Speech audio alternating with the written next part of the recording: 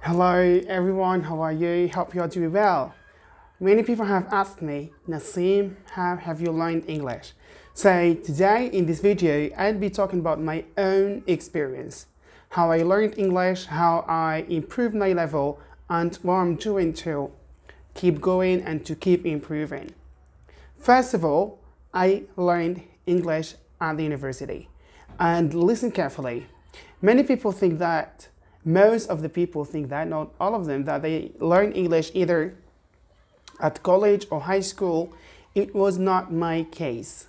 And here I'm gonna talk about the importance of speaking English in the classroom. And here I'm talking about the teachers.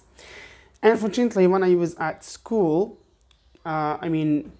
middle school or even high school, my teachers were talking in French, not in English.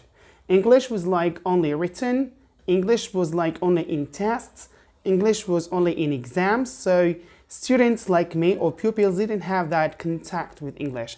The teacher was speaking like French or Arabic all the time. My classmates were talking Arabic with the teacher all the time or French. So, and I ask myself, and I ask you, those who are students, those who go to school, if you don't learn English at school, if your teachers don't talk with you in English, who is going to do that? I know like you have friends, I know like maybe you follow some YouTube channel, you follow some pages on Instagram or Facebook, but normally the first place where anyone can learn English is at school. This is why I always say it's super important for the teachers to speak English with their students. And if you give yourself this habit to speak Arabic or French all the time, you're gonna get used to, and this is the danger.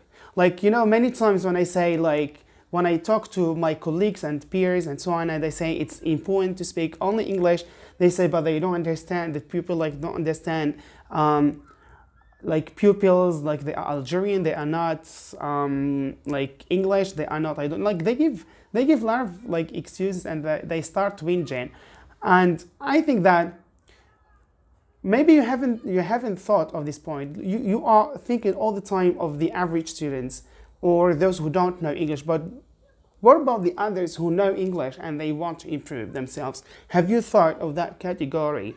As a teacher, you should have the techniques and methods to help your students learn and understand in English. Okay, let's forget about that. So when I got my baccalaureate exam, so you are going to be maybe shocked if I tell you like I got only 12 or 13, I forgot. I think 13. Of course, 13 is not that brilliant score in English, it's just average. I was not able to speak 2 or 3 sentences correctly. Yeah, I was like 16, 17 years old. I was not able to make a single correct sentence. Yes. I remember when I went to the university, first of all, I was shocked. I didn't like the university. It was ugly. Anyway, so I remember my first contact with the teachers. They were all talking in English, and I was like, what are they saying? Like I don't understand anything. Are they speaking Chinese, Japanese? Of course, I knew that it's English, but just imagine, like I didn't understand anything. And I'm gonna tell you some anecdotes. You're gonna be shocked again. I remember one of my classmates asked the teacher. She said, "Sir, I don't know this word. What does it mean?" I was like, "Oh my God, she is speaking English fluently." Only because she said this single sentence or this single question in English. What does it mean? Can you imagine my level? Like I was not able to ask a correct question. What does it mean? I was not able to ask that. So when I heard my classmates speaking or asking, I was like I was gaping. Like gape when you do this. New word for you, maybe. And another story, I remember our writing teacher was praising one of the students, and he was saying like, I hope you will be something, I hope. And she said, I hope so. When she said, I hope so, I was like, again, I was gaping. How come? Like, of course I was not alone. I was not the only one who was like average, or let's say weak in English. A lot of students were the same. Only like we were like 80 students, and maybe only 10 or 20 who were excellent, who were fluent. So I was gaping all the time.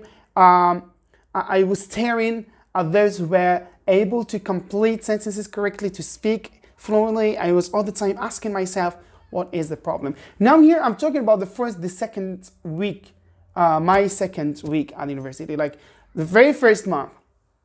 And here my life started to change. And here is the thing. Here I want to prove to you that if you are motivated and if you are determined to study and be fluent, you can do it. So I started working on my level, and here I want to tell you how I learned, what I did. So I was like listening to the teacher, and I was writing every single word. Of course, the word was written incorrectly, but I didn't want to lose anything. And I remember my reading teacher, her name is Ben Bouzid. I still remember, maybe those who are studying in Bouzid maybe know her. She was speaking fast American English. Really fast, like maybe faster than the Americans themselves. And she was saying, I mean. Of course, I mean is I mean. And she was saying I mean, not I mean. And I thought that I mean is a word. Of course, I figured out it's not a name, it's not a first name, because I understood a bit the context, but I couldn't understand the words. So I took the dictionary and I started looking for these words. I mean. I didn't find I mean. Like after two or three weeks, I understood that I mean is actually I mean. So yeah, I was writing the words I do know, and I started reading. Many people ask me about my way of learning, and I read a lot. I read like novels and grammar books, vocabulary book as well. So this is why I always say there is no best way. Discover yourself. I like reading a lot, so I learned English through reading. If you like watching movies, listening, learn English through watching and listening. Discover yourself. So in my case, I was reading a lot. And I was maybe underlining all the words. This is bad, by the way.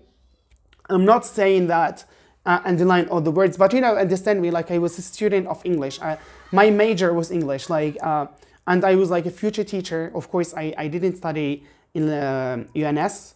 I have a bachelor degree in English, but yeah.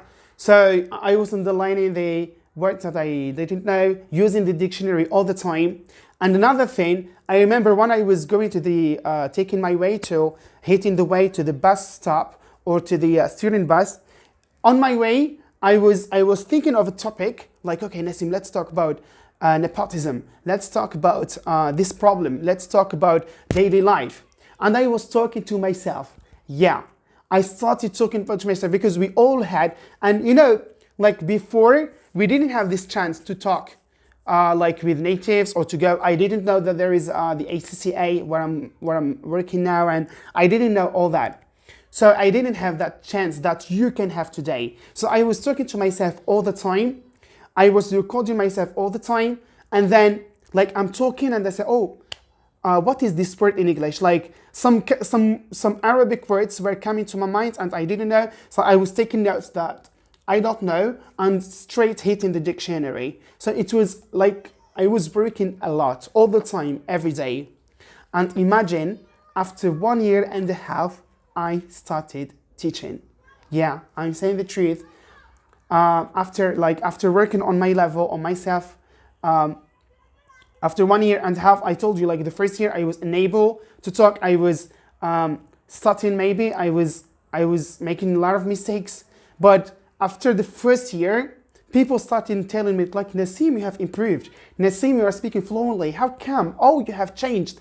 Like the second year, the teachers, sometimes when I speak, the teachers were not able to understand me. They were asking me to stop and repeating. My students were, my classmates at that time were like, oh, what did you do? Yeah.